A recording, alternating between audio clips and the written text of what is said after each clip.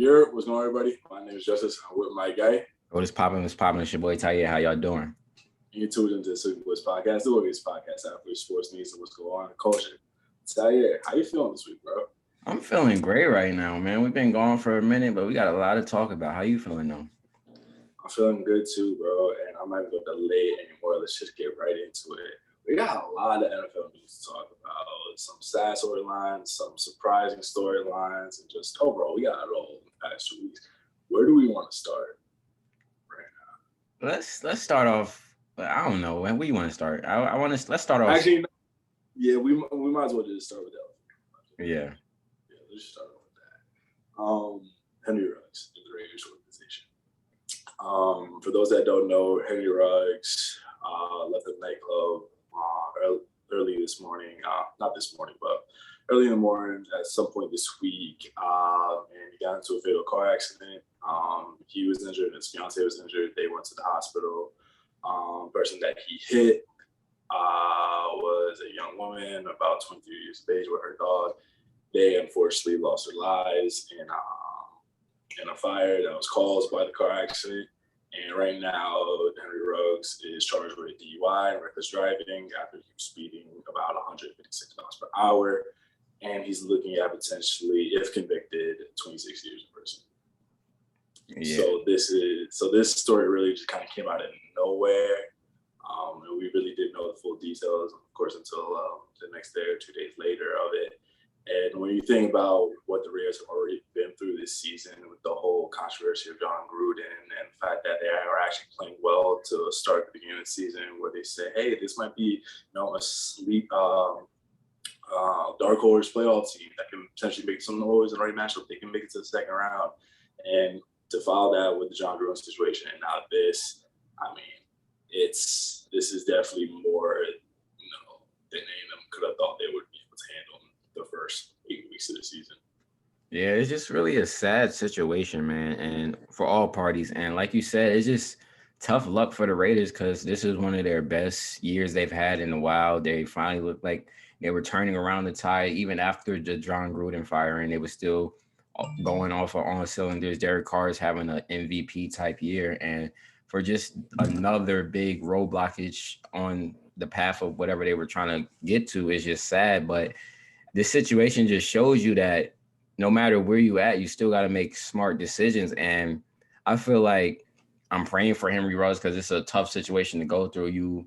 You crashed your car, you ended up hurting yourself, and you still had to witness somebody die, and you couldn't save anybody, and you just had to sit there. And now you threw your career away and the rest of your life, essentially. And it's sad, but I really appreciate Derek Carr coming out to speak up for Henry Ruggs, because anybody can say, oh, you shouldn't be driving that fast. Oh, you shouldn't be doing this. But everybody's not getting $10 million there when they're 19, 20 years old living in Las Vegas. Everybody's not experiencing that. So it's easy to say what you should have done. But yes, nobody should be driving that fast, but it happened.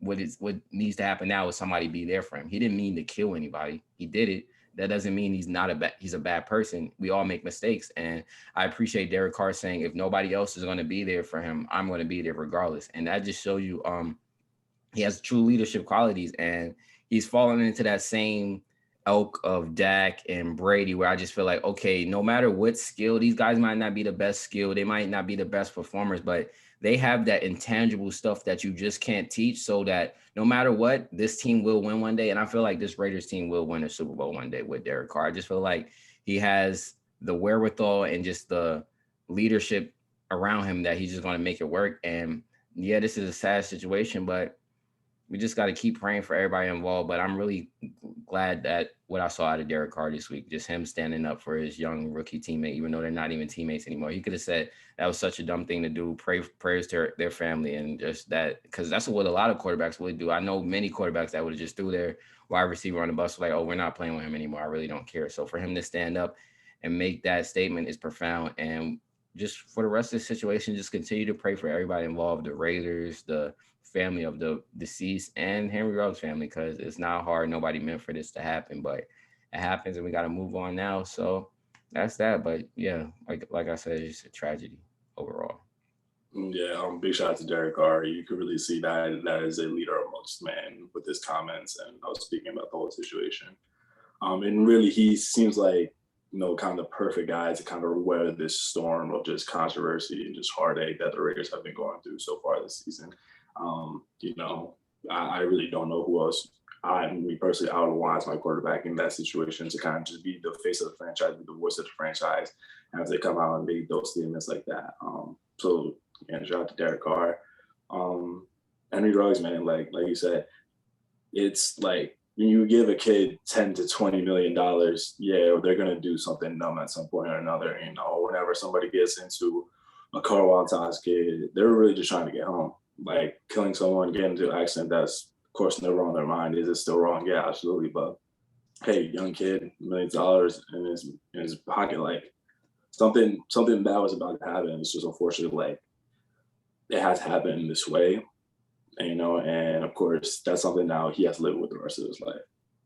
Yeah, so like I read something like God saved him just to teach him his lesson. So everybody beating up on him, y'all don't need to beat up on him. He has the lesson. He's gonna live with it for the rest of his life. So everybody on social media clowning him, it's not needed. Trust me, he knows the lesson he's gonna have. He's gonna have a lot of time to sit down and think about what happened. So it's just like prayer for him and just pray that he heals from this situation. Right, and then also on the Raiders end of things, I feel like for them, they can really just use this as another rallying cry for them to just really get in tune, straighten that locker room even more, and saying like, hey, Henry's not here, but this guy was a part of this team's success. He shared a big part. He was one of our deep threats that helped open up everything for everybody else, for Dan Waller, for Hunter Renfrow, for a couple of the other wide receivers on the offensive end. Like this guy was still here. We went to war with this guy every single Sunday. So, and at the end of the day, it doesn't change anything for the Raiders from the Raiders' perspective. Just, hey, we gotta go out. Despite the facts, we gotta win games. So. Yeah, it must go on. Next man up. But like we said, Derek Carr is gonna have them ready for that situation. So I'm rooting for the Raiders this year, and they still number one in their division. So it's like they still got a lot of room to work with, even though if they fall off a little bit. So I still see them making the playoffs. Very much so now. Mm-hmm. Moving on, Aaron Rodgers and the Rodgers controversy, Aaron Rodgers news. 2020 and 2021, Aaron Rodgers definitely one for the record books. Definitely one for the record books. So Aaron Rodgers has been tested positive for COVID. He will miss the Sunday's game against the Chiefs. The earliest he can return to the team, I believe I heard, was the 13th, somewhere around there, 13th of November. And it came out that he is actually not vaccinated. So we kind of have another situation of a high-profile athlete not taking a vaccine. In his words, when asked earlier this year if he was vaccinated, he said he was immunized. Basically, he took other supplements to basically get his antibodies up to the point where he was deemed, or at least himself deemed, ready to play as if he did take a vaccine or not. We've kind of already talked about this decision, talk about this, of course, with Kyrie and things, saying if he doesn't want to take the vaccine, that's his choice. Whatever he wants to do. It's not berate for that. And we'll kind of just see that again, the negative criticism that Kyrie got. We're also seeing this again with Aaron Rodgers as well. Not from everybody, though. Not from everybody are we seeing this negative criticism of Aaron Rodgers, but you can keep going. Some of it, and basically right now we're like a lot of media outlets are basically trying to paint Aaron Rodgers as a bad guy. He should be suspended for this. Essentially lied to not only the league but his teammates, everybody else involved in the Packers Association. It's a weird situation. It's a weird situation. Not to make it racial, but I'm making it racial. Stephen A. Smith, I want to slap the shit out you. No disrespect, but all disrespect. You got up on television and disowned a young black man. You disowned him. You said, I disown you. You are foolish. Just throw him stupid under the bus. But praise your favorite quarterback in the league did worse than what Kyrie did. Kyrie was upfront about everything he said. He said, I am not vaccinated. I will not get a vaccine. If that caused me not to play, oh well. Yeah, we know the NBA has different sets of rules of the NFL. We know the NFL probably leans more to not getting vaccine, but they're not going to say that because they want to protect their money. But that's their Republican NFL type of thing. So yes, more easier for Aaron Rodgers to maneuver in that. But why is he not getting the same amount of backlash from you, Stephen A, or even more when he lied? Because in his first introductory press conference, he said there's a lot of guys on this team that are not vaccinated, and I support them. No, you're not. You're part of that group too. Don't like try to pin the. I love Aaron Rodgers, but don't pin it on somebody else. Stick it to you. Say I'm not vaccinated, but I'm going to still play, and I stand on that. Derek Carr did that. Kirk Cousins did that. So there's a many quarterbacks in the league that stood up and stood out to say I won't do it. But Aaron Rodgers didn't. But Stephen A. Smith, because this is somebody you like, and he's a white man, and you know that if you come out and say something, your job might be in jeopardy. But you would go attack the young black man and just kill him for being upfront about everything. Because as a black man, we have to be upfront, tell the truth all the time, and we still get more backlash for what we've done.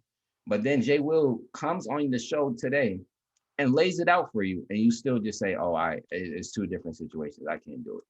I just hope we all see what the underlying story is here, that one person could do one thing and the other person could do other thing, and it could just be told two different ways. I'm gonna keep saying that. I keep saying this, Kyrie, keep doing what you're doing, bro. You're gonna be on the right side of this at the end of things, bro. That's all I gotta keep saying, bro, because it's sad that Stephen A really can't even just say, yo, Aaron Rodgers, why are you not vaccinated? Why? Like, I appreciate Skip and Shannon, bro. Like, that's the best show on TV to me right now, bro.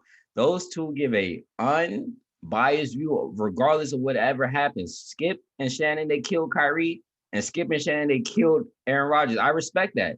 But for you to kill one person, not kill the other, just shows something that's lying there to me. So like, you can not agree with it, but just play equal. And that's been my whole thing. I've seen a lot of media organizations sugarcoat and baby Aaron Rodgers like it was a joke or something. Like he didn't have a Halloween party affecting people this as probably when he had COVID. But Kyrie was showing up to every practice with mask on, separating himself from the group. But we villainized him, and I don't like that. So that's all I had to say. That's why I wanted to bring it up, just to show the two contracts of what was going on. But overall, it's the NFL. They're gonna sweep this on the rug. As soon as Aaron Rodgers is ready to play again, he's gonna come back. And even still, I'm seeing even in the NBA, I'm seeing the New York mayor saying, "Hey, we might be able to allow unvaccinated people into the games now." So even still, like if that happens, I need a upfront apology to Kyrie Irving. If they lift that ban, I need everybody to come out and say, "Mr. Irving, we're sorry." But other than that, it's funny, man. I'll just be glad when all this stuff is over, bro. Because this is just another thing they politicize, bro. It's like, come on, guys. Yeah, like it's been that way from the start. And like on Stephen A. Being critical of Kyrie and not being so critical of Aaron Rodgers, and saying that basically both situations are different when they're not. They're actually the exact same thing, just taking place in two different sports. The only difference is one's a young black man, the other one is a white quarterback. Like, and like it goes to show you that, hey, when your skin is of a certain pigmentation, you're allowed to get away with a lot of the stuff that people with darker pigmentations can't. Like we've seen that's been that way for decades and centuries now. You know, it sucks that it's still this way even in 2021. But that's just reality of the situation, just because it is just so much ingrained to our culture and so just ingrained into our society. And yeah, Stephen A. He probably has to do that for his own job security, and he knows that in the back of his head. And it's sad, man. And that's truly sad that you can't even stand on your own buck all these millions of dollars later, bro. It's like you told us about the grind. Okay, what about the sacrifice, bro? You always told, oh, I did this for 20 years. I put in the work. That's why I got where. Okay, can you sacrifice that to show something more? You being a black figure face, a puppet master for the company is not helping any other black people out. It's just making anybody come after you, they're gonna have to fit the same role that you made. And that's not moving the culture forward. That's just being a fucking puppet, bro. And that's not what we trying to elevate to, bro. Trying to elevate past that. That's why I would advise everybody to watch the Colin Kaepernick Black and White on Netflix. That really explains how this whole sports world really is working and how they make stuff portray this way when it's really not. And it's all into this. This could be another episode of that whole miniseries, to be honest. Right. Moving on from that. Does Jets have a QB controversy now all of a sudden out of nowhere with Mike White? Is that like I just want to ask you a question. Is that seriously the conversation we're about to have in the coming weeks? I mean, last night would have been a big tell for us if we had a quarterback controversy. I feel like if Mike White didn't get hurt last night, because once again he came out firing, first drive touchdown. It's like we have not scored on our first drive all season with Zach Wilson. Maybe we have a controversy. He made it to the Canton. He made it to Canton in week one, in his first week. I didn't know what was going on as a Jets fan. Why are we at Canton right now? Like why? Like it got ridiculous at a point. Like it was like, bro, what is going on right now? Why is Mike White the face of the NFL right now? Like he's in Canton, the Hall of Fame. Yes, he is. Yes, he is. The second Jets quarterback in Kansas. It's crazy. After his fantastic start against one of the hottest teams in the NFL, the Cincinnati Bengals, winning the ball game, not only winning the ball game, but throwing for 400 yards in his first start. Only other time that's happened was Cam Newton. Most completions ever in a first NFL career start in NFL history. And this man was drafted in 2018, a year that we picked Sam Darnold. And then we picked Zach Wilson. So this man has played behind two of our quarterbacks that we have picked with a top 3 pick. And he came out and did that week 1. So if Mike White heals his elbow right over this week, because Robert Saleh says he's looking to practice next week, and Zach Wilson is looking to practice next week. And if Mike White throws 250 plus, I'm going to say we should start Mike White for the rest of the season. And that's just something I must stand. It's so wild to say.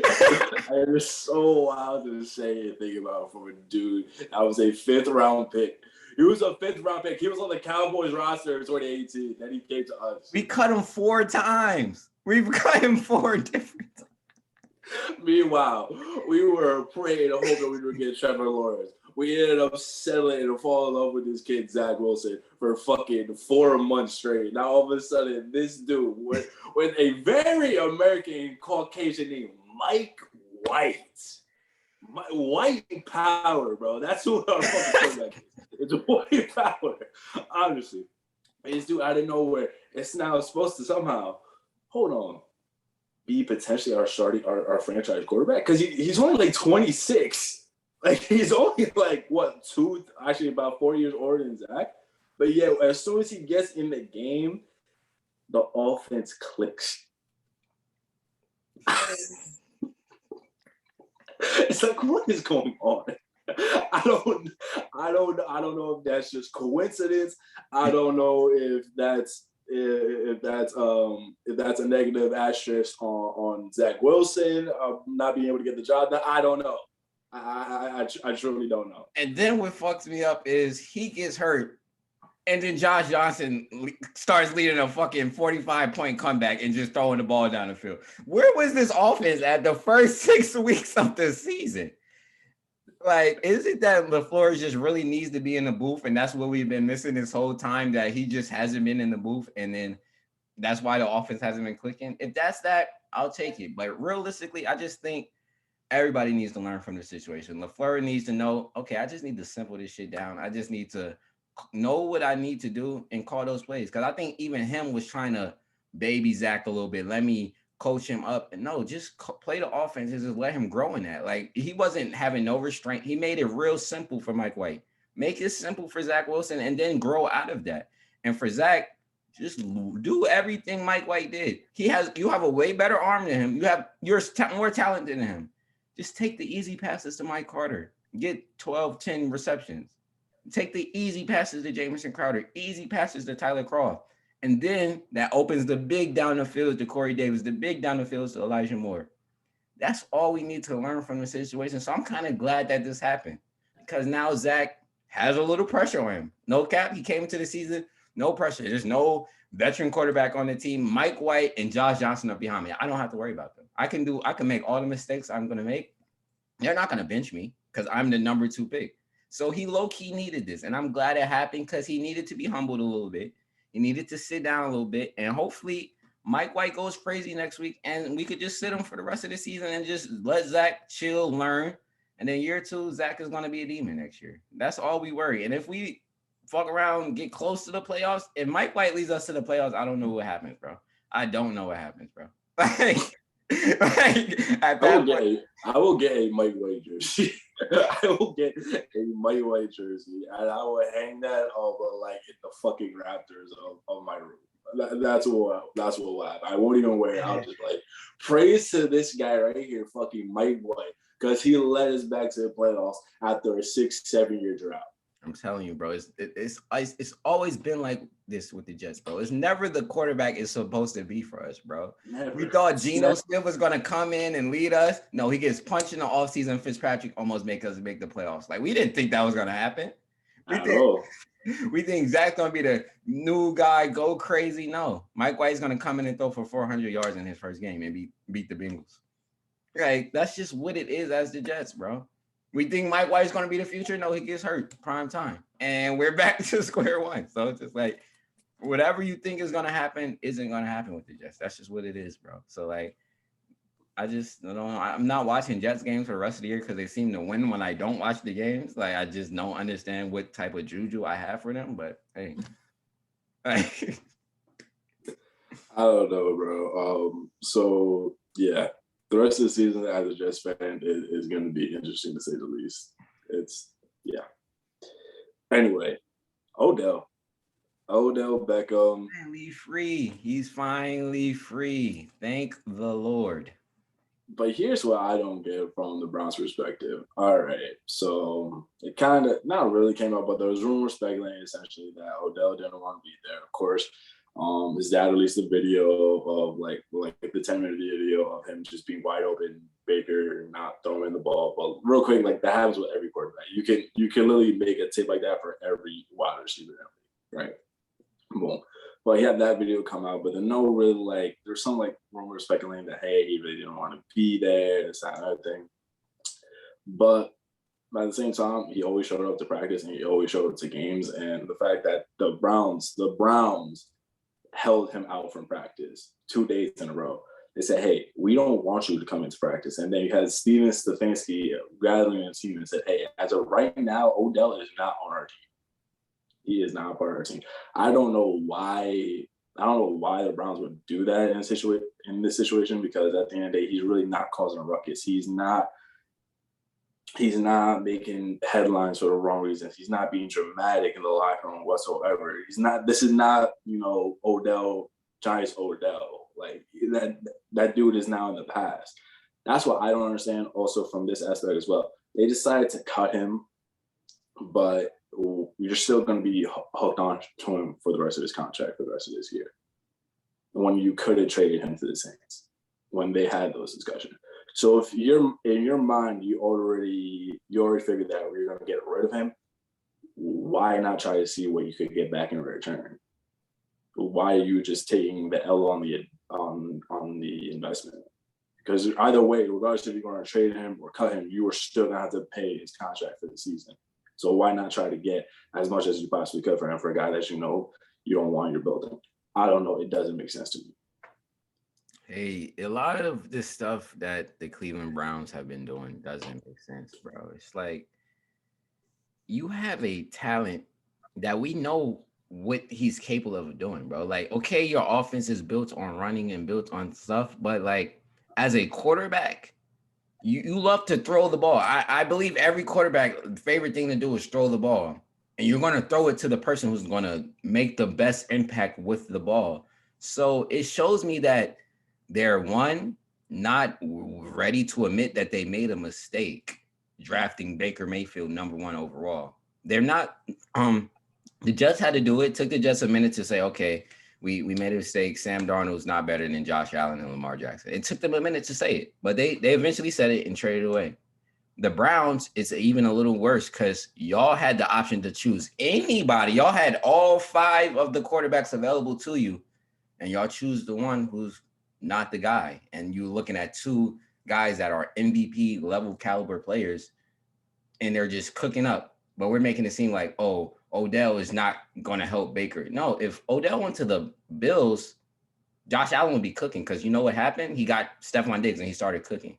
If Odell went to the Ravens, Lamar Jackson would be cooking right now because he's cooking with Rashad Bateman and a bunch of other guys that are not on Odell's talent level. So it's not that, Odell's not a good fit for Baker. It's that Baker is not a good quarterback. And that's just what they're failing to ready to admit. And sooner or later, they're going to have to admit it because there's no reason that the offense is flowing the same way when Case Keenum is in the game. That's not a good look for the team. That means you failed somewhere if Case Keenum is making the same amount of production as Baker Mayfield. So I really just think it comes down to them not wanting to admit that they made a mistake. It's kind of like how the Bears were for all them years with Mitch when they didn't pick Deshaun and Patrick Mahomes. And it's just, you picked the wrong dude and you're going to have to eventually go away from that. And sooner or later, they're going to have to admit that Baker's not the guy and they're not going to win a Super Bowl with him. And until they make that decision, there's going to be a lot of finger pointing. Next is going to be Myles Garrett. Next is going to be Bradley, Nick Chubb, and Kareem Hunt. It's going to be everybody except the quarterback until y'all admit y'all picked the wrong dude. And that's all it really is. Right. Like I said, just weird situation. I don't know. Again, you're going to release a guy. You didn't want him in the building. Why not try to get the most what you could from him the day before the trade deadline? I don't know. But now Odell's a free agent. Well, he's said to become a free agent now. So he can pick his next quarterback. He can pick his next team. Let me just say this. Anybody but the Los Angeles Rams.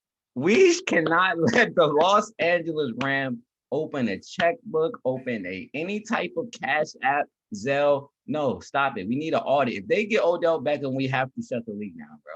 I'm dead at it. Like, I'm dead at it. Like, it's ridiculous at this point. Word to Boogie. It's ridiculous at this point, bro. If they get Odell, I'm not watching the league no more, bro. Like, that's all I got to say. If you're Odell, but you would want to go to the Rams, though. That's what I'm saying, bro. Like, that's the path to the ring right now, bro. Bro, if the Rams get Odell and Von Miller in a span of a week, bro,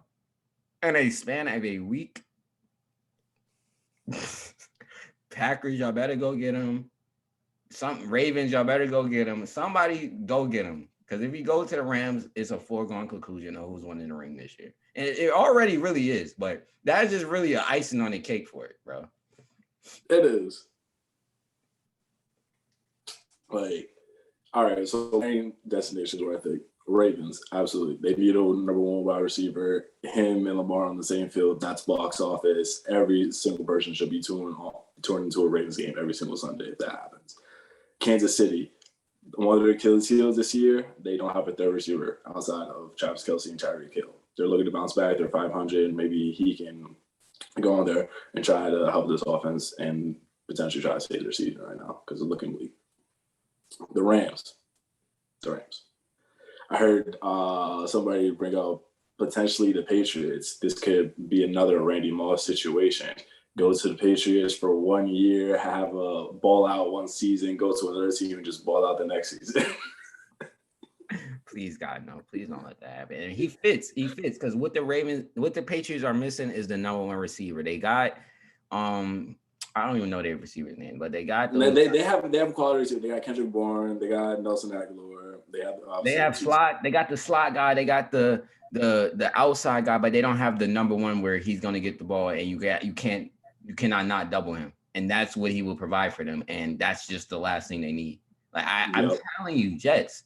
If you even hear, like, we don't even need Odell right now. Like, if you even hear they trying to play, you better throw $30 million at Odell. I'm dead ass. Like, you better just throw $30 million at Odell just so he don't go there, because we're gonna be fucked regardless, bro. Like, we already heard the Deshaun shit. It didn't happen. Might happen in the off season. We already know what the Bills is doing. We cannot be at the bottom of this division for all my life, bro. I can't take it, bro. And if they get Odell, bro. They already is cooking right now. Like the Mac cap is moving along right now. Like they're looking like a playoff team right now, bro. And I'm gonna be sick if they make the playoffs, bro. And if Odell goes to the squad, they're making the playoffs. So Joe Douglas, if you hear a call, if you see a plane flying into Boston, you better fly from New York and go intercept the plane, my nigga, because it's not no. No, I got Odell brother on Instagram. I'm telling him, bro, do not do it, bro. Like, don't do it, bro. He follow me. I'm like, bro, if your brother go to the Patriots, it's gonna be a little smoke, bro. I'm not gonna cap, bro. I'm not gonna cap. Like, he's my favorite player off of the Jets, and if he goes to the Patriots, I don't know what I'm gonna do. It's like when Darrelle Reeves went to the Patriots. I felt heartbroken, bro. It's like, I felt very conflicted. Oh, very conflicted. But I think those are the teams really. Patriots, KC, Rams, Baltimore. I think those are the 4 teams right now in play. And maybe the Chargers. yeah, I could even throw the Packers in there too. I feel like they might want to add another weapon aside from Devontae Adams. Like, it's just a 1-year rental, so anybody could throw their hat into this shit right now. That's why it's scary as hell. Like, the fact that they released him got me mad. It's like, damn, y'all just opened the door for the Rams, bro. Like, the Rams was chilling. They were literally. They gave up all their draft capital. The rest of their draft capital that they had to the Broncos when they got Von Miller. They gave up the rest of their draft picks, right? They only have a 5th round back. They only have a 5th rounder, bro. That's the only draft capital that they have left. And y'all just like, yeah, we're gonna release this all-time talent right now. We're just gonna let him go, and it just just roll the dice. It don't make sense. It's poor management, in my opinion. It really is. I don't know. I don't know why you do that. Anyway, moving on. Scottie Pippen is back on the news. This is hella annoying. Like, honestly, I really am tired of seeing Scottie Pippen on my timeline with just quote after quote after quote. So for those that don't know, Scottie Pippen, he's releasing a book, Unguarded, Scottie Pippen, that releases sometime next week. And right now he's doing promo for the book. And basically all these quotes now have come out from last week or so about his relationship with Michael Jordan, how he feels, and basically about The Last Dance, and how he, from his perspective, he felt that it was very disrespectful to not only him, but to the rest of Michael Jordan's teammates, and basically just bashing Jordan in The Last Dance documentary. That's essentially what the run is right now. It's just so sick and tiring at this point, because it's like, dude, you're Scottie freaking Pippen. You're one of the all-time greats. Like, you're synonymous with Michael Jordan. Like, people think about Michael Jordan, they also think about you with those Bulls teams. You have 6 rings. You're a member of one of the top 75 list of all time. You've made millions of dollars over the course of your career, dog. Like, what more do you need to do? What more do you need to say? You could, and he says this in an interview with the New York Times. He says, "I'm a pretty private person, so why are we hearing this now from you? Like, why? Where was all this energy 10, 15 years ago, or back in the 90s when you were still playing?" Like, I don't know. It's annoying. I'm telling you, bro, like, if social media was around in the 90s, a lot of our heroes would not be our heroes, bro. And that's just what I'm seeing nowadays, bro. Like, from Scottie Pippen to Will Smith, it's like, bro, who are these men that I grew up looking up to? Like, these are some of the most emotionally torn men I've ever seen, the most simpish men in the world, bro. Scottie Pippen, you are damn near 58, 60 at this point in your life, bro. You are doing high school games against the nigga who gave you your career, bro. Like, I don't get it, bro. Like, I don't get the what do you gain from this, bro? Because at the end of the day, like you said, your name is synonymous with him. So the more his story grows, your legend grows too, bro. The more it's together, bro. And like, Scottie, do you not forget that you had the chance to be the star of the Bulls? And from when 1993, when Michael Jordan retired, you could have been the star from there on. But I vividly remember you pointing to your shoes like, man, come back. That was you. Nobody forced you to do that. Mike didn't make you do that. You're a grown-ass man. And if Mike made you do that, that says a lot about you. It says a lot about you that Mike made you point to his Jordan and say, oh, he's on his way back to save me. Because if it was Big Bag Scottie, I don't need Mike, you would have never pointed at your shoes. You would have said, he's good. Let him go play baseball. I got this now. That first 3 was cool, but we're going to win some more after this. but you knew you needed him. So why are you acting now 30 years later when there's another big dog in a fight? You not LeBron, my guy. You're not LeBron. LeBron cannot save you. LeBron can't help you in a fight, bro. If Mike sees you, he's going to slap the shit out you and say, yeah, go tell LeBron about it. Because, like, you keep clinging on to this, oh, Mike thinks LeBron's better than him, so he did this. Until Mike tells me that, I don't want to hear it, bro. Like, this is from you trying to say some shit because you're mad that The Last Dance made you look bad. No, The Last Dance made you look like you. If you don't like how you look, that's on you, my guy. In the doc, he told you don't take the deal. You took the deal. So who you mad at? Like, what are we talking about here? Is there anything untrue that he said? That's the thing. People don't like the truth. The truth, it hurts. Yes, it hurts, Scotty. You can't be mad at it, though. And you, every month, it's a new thing. Oh, Mike this, Mike that, bro. There's nothing, like we said, there's nothing wrong being number 2 to Michael Jordan, bro. There's nothing. He's the greatest ever. That is an accomplishment that you were able to be his right-hand man. That's a hard thing to come. You think any mobster can go be the top mob boss number 2? No. He had to put in work to get there. So that means you put in work to get where you were at, bro. And we congratulated you that. And we all praised you our whole life growing up until now. And now you're a butt of a joke because Future smacked your mom.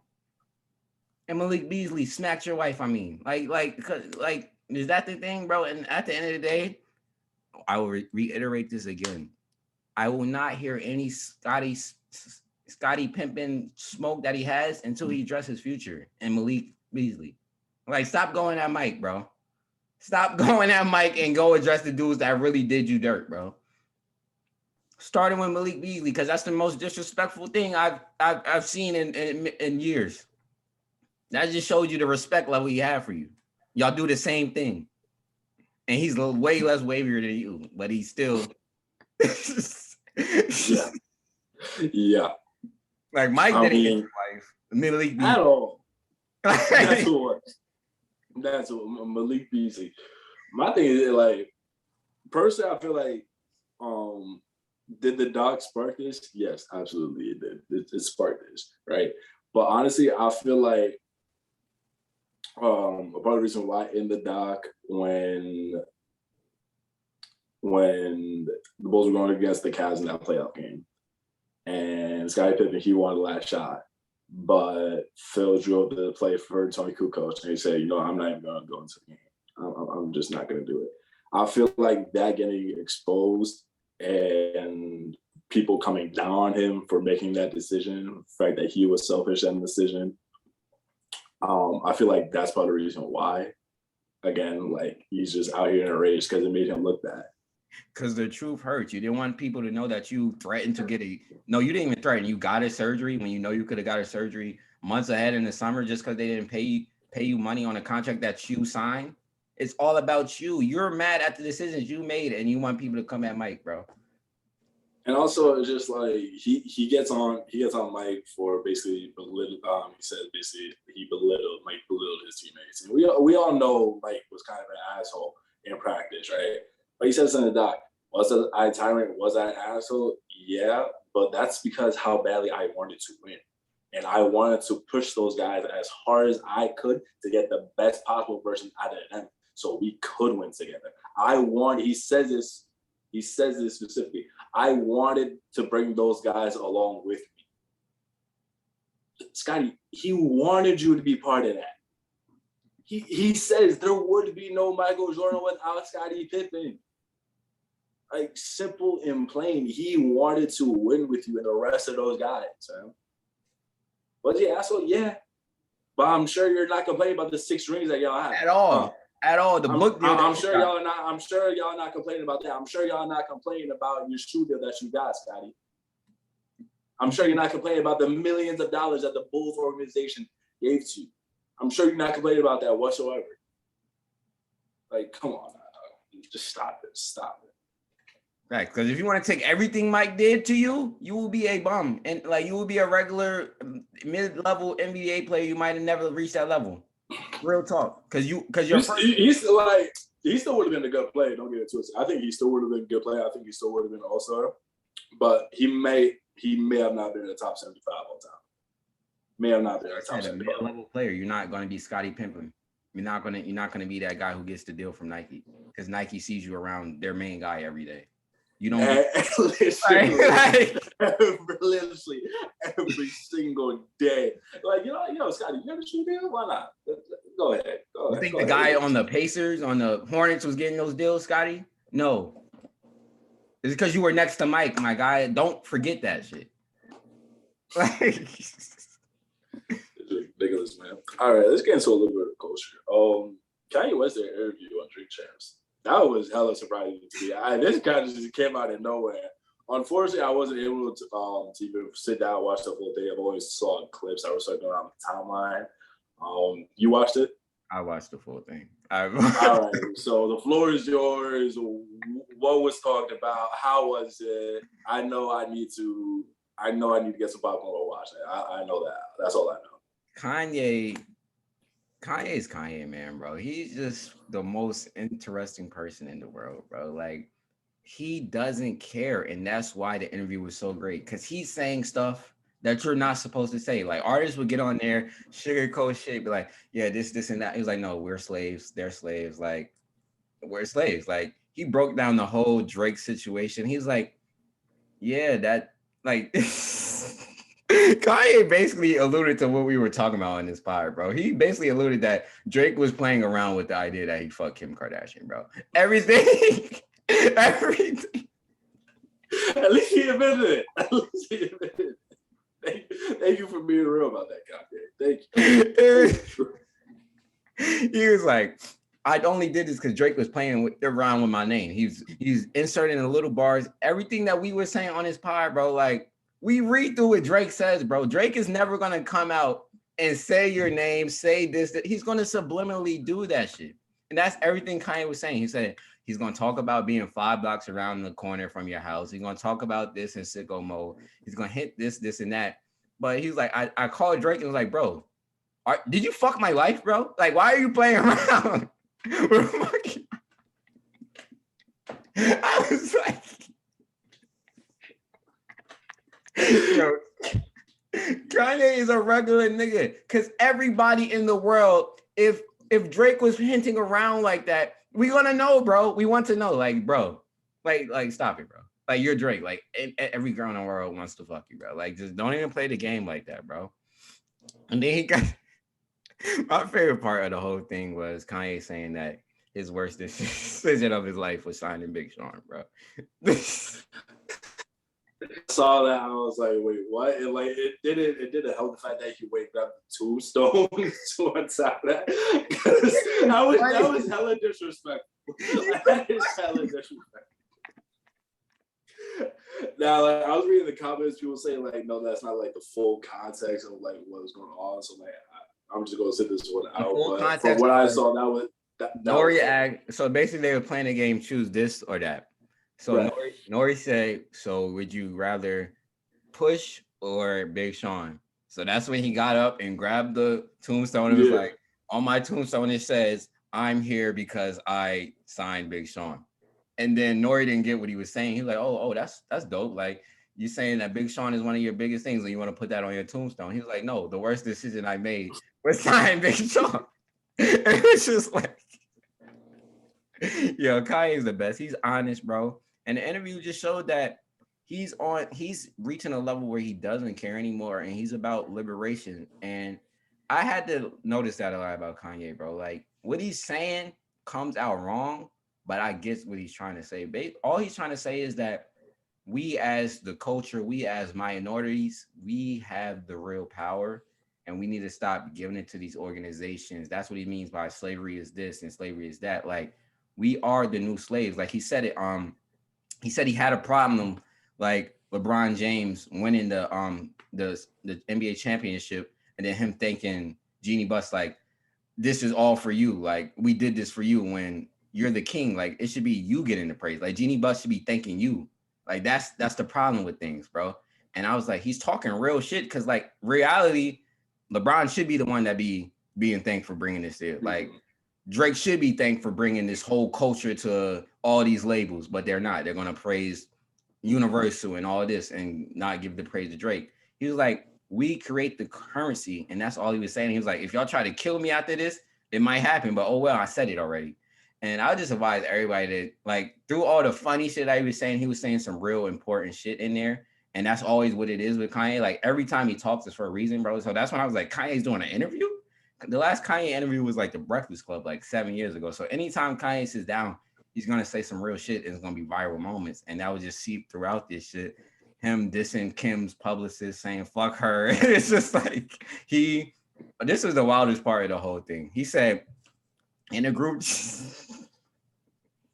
I get that. I saw it too. Yeah, in a group chat with Jay-Z, Drake, Kim, I think Travis Scott and Push. He said, I'm richer than all of you combined. And I was like, Kanye's the funniest thing in the world, bro. Like, if I'm Jay-Z, I'm looking at this shit. Like, to say that to Jay-Z and Drake is crazy, bro.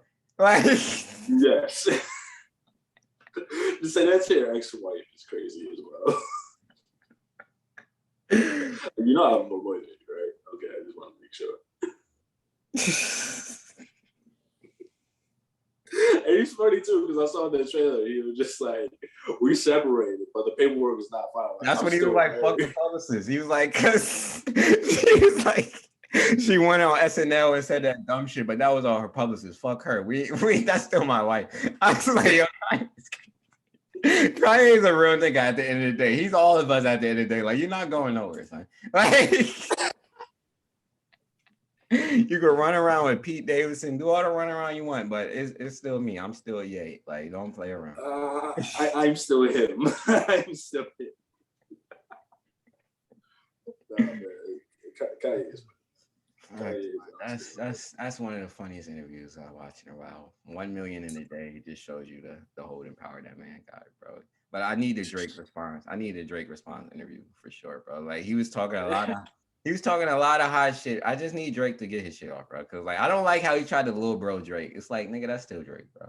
Like, it was a lot of little bro and a Drake in that shit. I'm like, nigga, that is still Drake. Like, don't do that to me. Cause Nori was like, because Kanye has said like, he was talking about those videos when they was like asking the football players like Donda versus CLB. That was another thing that showed me Kanye watches everything. Like, we could act like these niggas are not on social media. This nigga Kanye is on this shit every day, bro. He was like, he said the thing that I said when niggas was like, fuck Donda. He was like, bro, that's my mom. I was like, yo, this nigga is funny. But he was like, he was like, yeah, we was talking about Donda or CLB, and Nori was like, what's CLB? He's like, you don't know what that is? He's like, never mind, don't even worry about it. I was like, Kanye's petty, bro.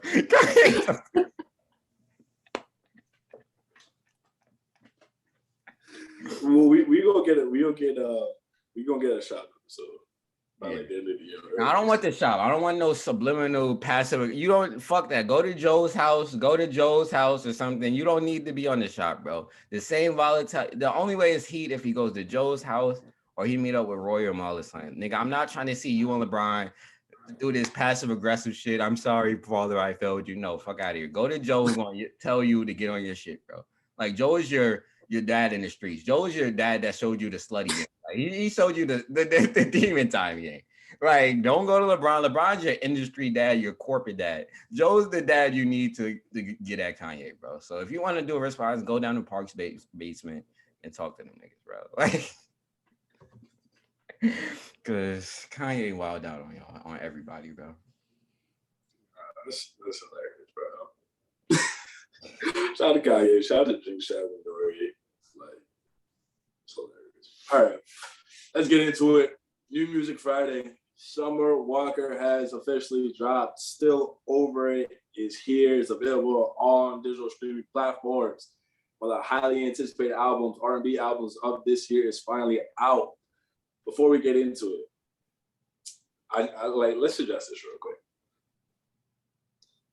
So, leading up to the release of the album, we talked about on this podcast that Summer was going to come with the fully loaded clip of captions to the max. And she did. There are some quality captions on time throughout, right? But those captions and those bars don't hit the same when the person that you're dissing helps write them. Like the diss track doesn't hit the same when the person that you're dissing helped produce the track. Like that's like when you hear like, damn, that's crazy until you look at the credits and it's like, but he helped you write this song about him. Okay. So real quick, right off the bat, shout out to London on the track. Summer called you out on your name, called you out on your bullshit the entire time, but you made a bag off of that.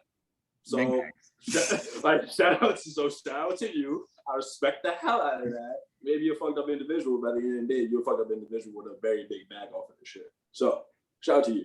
On to the actual music though, and the album, really good album. Like this was the sad in our bag summer that we were expecting, and we got it in full force. I just want to say, Bitter is probably my favorite song of the year so far right now.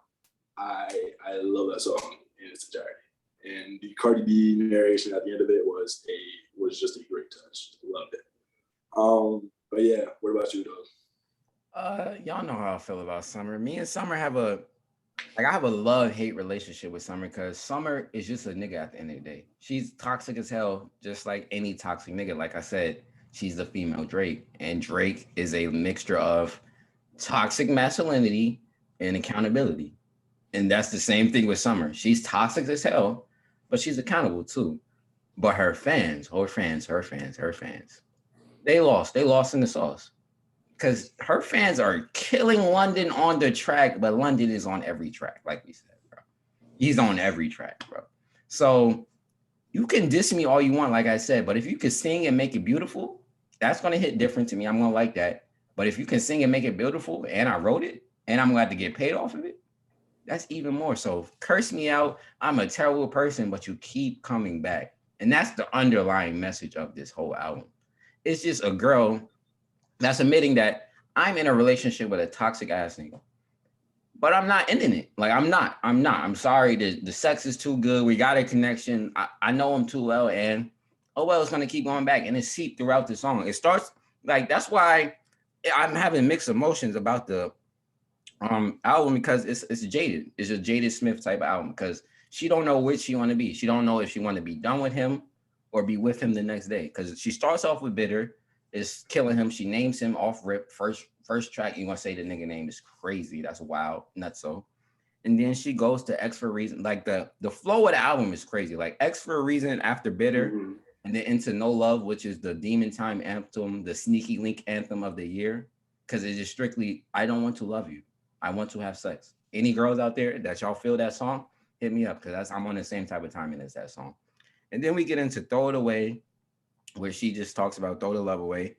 Reciprocate is crazy because like she's singing craziness to him. But the album gets really crazy around Unloyal with Ari Lennox. That's when I'm like, by the way, just really good feature from Ari Lennox. I just want to say that I love that feature. That's when I'm like, okay, she's getting into the bag where I know my phone is about to start blowing up. Like Bitter has kicked it off. But then she got away from what was going Bitter. Like Bitter was the, okay, fuck this nigga. And then she got into her little bop shit. So it got cool. But then Unloyal came on. I'm like, these two women are tearing every nigga apart in the world right now. It's just crazy. And then she goes to Closure, which is damn near one of my favorite songs on this album because it admits everything that girls say. Oh, I'm coming over for closure, but we're going to fuck. Like I'm going to shave my legs. I'm going to get showered. And we're going to fuck after this because it's closure, but I still need you. And it just shows you that toxic niggas are so bad that they will say, but we still need you for the sex. We still need you for the songs. But it's like, when is the accountability going to come? That's why the whole Sierra pair, you could have just threw that shit out because it's really no accountability in that prayer. Like, so the Future was the only nigga doing wrong in this situation? Like, I want to hear Future's prayer. Like, what did Future have to say to God after y'all relationship? Like I don't like how like niggas made it seem like the Future drug Sierra through the mud, threw her in the Sahara desert. She had to come back along with her. Nigga, y'all were rich, bro. Like, cut it the fuck out, bro. Like, cut it the fuck out. You were Sierra up. You made Future seem like he put you in a back street Section 8 apartment, bro. And then that's what I get into with Summer when we get to the end of this album. You can't do all this toxic shit and then have a song titled Fourth Baby Mama. That's you acknowledging that you were fucking with a nigga who had 3 baby mamas before you. So you cannot get mad at me about the issues you are experiencing when you knew I was doing this shit. Like, you knew I had 3 baby mamas before this. You knew like what was going around with my name. You knew these things, but yeah, you still chose to get with me. Therefore, I am not responsible for everything that comes out of this. Because you knew off rip what was gonna happen. Same what thing. Type of dude I am. Future had how many baby mamas before you, man? You cannot act confused when you just add to the list. That's the thing. Y'all think y'all are Miss Super Pussy. I got designer pussy. I'm gonna come in and change. No, nigga, you're just a part of the list. So that's my thing with the accountability part. Y'all acting like y'all fuck this future in London were 2 perfect dudes. They lied to you. They came to you like, oh, I'm this wholesome man. I have no kids. I'm a God-fearing man. I'm gonna come and we're gonna build. No, Future came to you saying, I'm off the dirty sprites. I have 5 baby moms. Do you want to fuck with me or not? And Tyaire, you said, yes, I do. And you fucked with him and you had a kid. But then he started acting like Future does. And then y'all broke up and that's that. You knew that. Don't go around, oh God, please save me. Where was God at when you got into that relationship? It's not like he was a different person. It was the same dude. You loved London when he was writing your hits. You loved London when he gave you your first classic album. You were actually, Summer, you were dissing his baby moms for attacking him. While y'all were together, you were dissing them like, oh, that's y'all he did that to. He's not going to do it to me. And then he did it to you. And then you want to start off saying, first off, I should start with your mom because she didn't beat your ass. No, you should start off with you. Don't blame my mom. Do not blame my mom.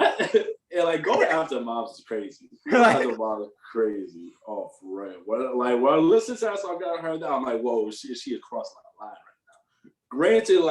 Granted, she may be right in what she's saying. Don't come on the track and start disrespecting my mom like that. Because I don't do that. I'll say this, bro. I'll give Tyaire, I'll give Summer the pass if they were their first baby mom. But y'all are number 4, number 3, number 6. It's like y'all knew what you were getting into. Like, it's insanity. Y'all have a record called Insane. It's insanity to think a different option is going to come. I never heard first time's the charm. I've never heard that. I've never heard that phrase in my life. Maybe if you were the 3rd baby mom, I would have gave you a pass, but no. But overall, classic album. I love it. The pain in the album is crazy. Toxic. I'll give my few favorite songs off the track. I love Fourth Baby Mom. 18 produced that. Just showing me that he's one of the best R&B producers out right now. 18 from the. Oh, he produced it? Yeah, he produced that. I thought that Daniel was singing on the prelude. I'm like, did Daniel sneak his ass on this album right now? But it wasn't him. It sounded like him. I was like, it's not him. And then I like Toxic because that's like my anthem. I'm gonna sing that at my wedding with my girl. Like she gonna sing Summer part. I'm gonna rap Dirk part. That's that. I like Closure. That's a bop. I like Bitter, and then No Love is my shit. But yeah, and then it's a lot mixed in that still hits. But overall, 20 songs really like 18 with the prelude and the prayer. But yeah, I'm saying Summer got 2 back-to-back classics, bro. Like I said, really great album. For me, standouts: Bitter, You Don't Know Me, Circus, Constant Bullshit, Switch Out. I like Unloyal, Closure. That right there, Screwing, and For the Mamas. Those are probably my standout ones too. And also, real quick, I just want to get into Switch Out.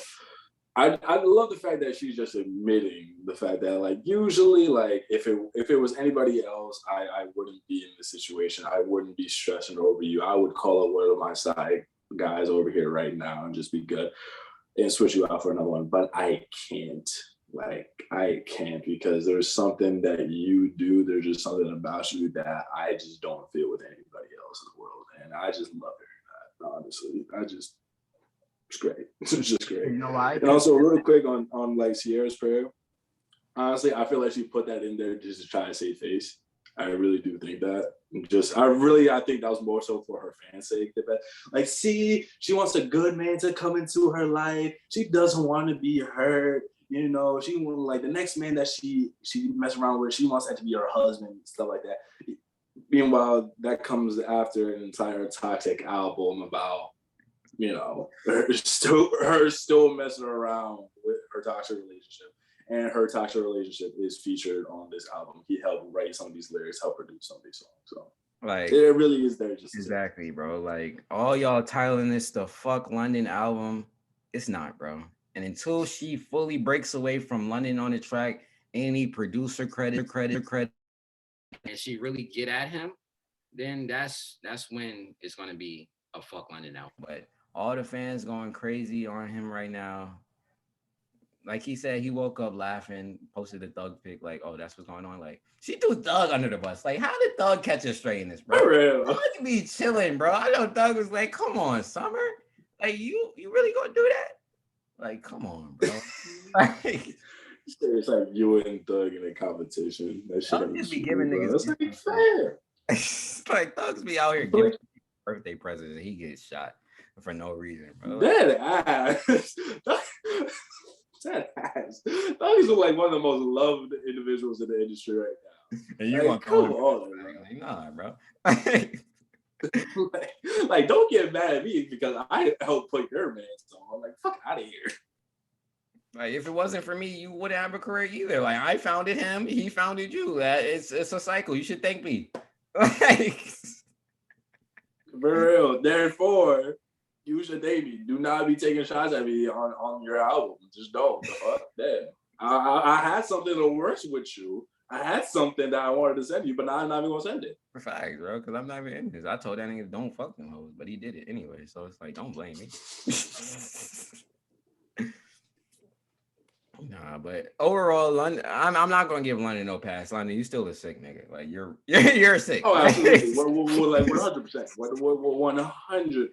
But it's just the fact that 100%. Until Summer is ready to be accountable and admit that you're fully sick and not use you for any of your sources anymore, I can't fully kill you because she's still getting the drip from you. So it's like until she cuts you off, cut your water off, like my boy Lamar would say, it's you good in my eyes.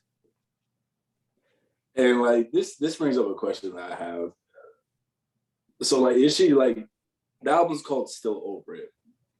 But is she like, and here's where I want to bring up two questions. Number one, is she really still over it? Because after this album, it's clear to see that she's not. That's why I tweeted out before the album even came out. When I heard what the title of the album was, I'm like, that just shows you that girls are never over it, bro. Like, how are you over it still? If you're over it, you're not going to talk about it anymore. You're going to move on, make an album about you and your new guy. And that's being over it, not making one album be over it and then doubling back and making still over it. So you're not over it. And then when I heard the album, I was like, yeah, she's not. But the women, they're going to say, hey, fuck niggas, this is their album. But I felt a lot of onus this morning when I read those track lists and I read who the credits were. I was like, okay, we're good, guys. Like, we're good. Toxic niggas is still up. Like, we're still up. So there's that. And also I want to pose another question where, all right, if you are in a situation, if you like, can you still be in a working relationship with someone where it's like you actually have to work with this person for each other's career and be able to still be over it if y'all were involved at one point? Not if your career revolves around making love songs about our relationship. No, I'm just saying. I'm not even just specifically to like this niche industry. I'm just talking about generally, like for regular people that work, regular jobs, or again, two people that were involved with each other, but were involved with each other that have a working relationship. Things that pan out the way that it did. Can you still, and things that end badly, can you quote unquote be over it and still have that working relationship? Yeah, like, definitely in like a different type of field. Like you could, like a movie set, you act with somebody, that's just y'all acting. Like if Brad Pitt and Angelina Jolie got casted for a movie together, I feel like they wouldn't be like, nah, fuck that. Like they would still do it. But like when only in this case, I would say no, because a lot of that is based off the premise of y'all relationship. So it's like it's never really gonna be over if we still making shit about what we was going through. And I know London not gonna come in there and help you write a song about a new nigga you loving on. Like he's just not gonna do that. Like, so, but in other occupation, you definitely can be like, I know people who are divorced but have like law practices together or like medical practices together because that's the money side. But a lot of what premise with Summer is her relationship, so it's gonna be intertwined with that. Yeah. All right. No, I just thought about that while listening to that. I'm like, can you really still be over? Anyway, as far as other music, that's the Summer Walker in a bit. As far as new music, Silk Sonic is right around the corner. That's coming out. They released another single, their final single leading up to the album release. I totally forgot what it was called. Smoking Out the Window. Smoking Out the Window. Another bop. Of the three that they released, Leave the Door Open, Skate is probably my least favorite, but it's still a very good record. In I my like opinion. this way better than Skate. Like that Skate shit, I didn't like, but this shit had me like, where's the cocaine at? Like I felt like I was in the 70s, like ready to do some coke on some skates, just wilding with my afro. Like they took me back Yes. in time with this song, and they got back on my good graces because I was on their head when they kept like, oh, when are we dropping? When is it coming? Like y'all have been doing this shit for a year. I thought when y'all made Leave the Door Open, the album was finished. So like if this shit is not classic, it's gonna be a problem. But shooting, smoking out the window made me feel like okay, they back in that bag. They got a home what they want to do, and we're gonna be hearing these songs for the next 20 years. And they actually released a nine song track list, which is basically going to be the album. Although I am disappointed in that because when it was first like originally released, like the full set albums, I saw 18 songs on there, and so now they're showing that to nine. Now I don't know if they're only putting nine on there and then putting the rest of them on a bonus album. If so, I hope that's the case. But like I'm hoping that we get all 18 of those songs at some point or another. So even with the nine, that means we're really looking at six new songs. So Six new ones, yeah. y'all better hope this is the best six tracks y'all ever put together in y'all life. If I waited a year to hear six new songs from y'all, it's gonna be hectic. It's gonna be hectic. When y'all were best new group at the Grammys, it's gonna be hectic. Like it's gonna be hectic, bro. Like, Yeah. Again, hoping we get those at some point. I hope get the full thing, if not the full thing, off first release date next week. Hopefully we'll get on the deluxe. Hopefully. Anything else we got to talk about, bro? that was pretty much it. From the NFL to summer, I think we covered pretty much everything. Yeah. All right. That being said, thank you so much for watching. Thank you so much for listening. Make sure to like, share, subscribe, do all of that. And we're going to catch you on the next one.